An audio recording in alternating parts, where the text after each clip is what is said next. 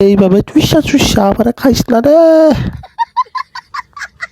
যা এটা ফুটির বাক্স পাইছি মুই। কাম সারছে, মুই আজ তো ফাটাম রে। মইটাই বেশি বসে খেলি। হ্যাঁ একজনই ঠিক আছে, যাক ভালোই হইল। ওরে বাবা রে, এই উঠে আবার আসি বসিলে কেনে রে, বাঁচলুম মুই।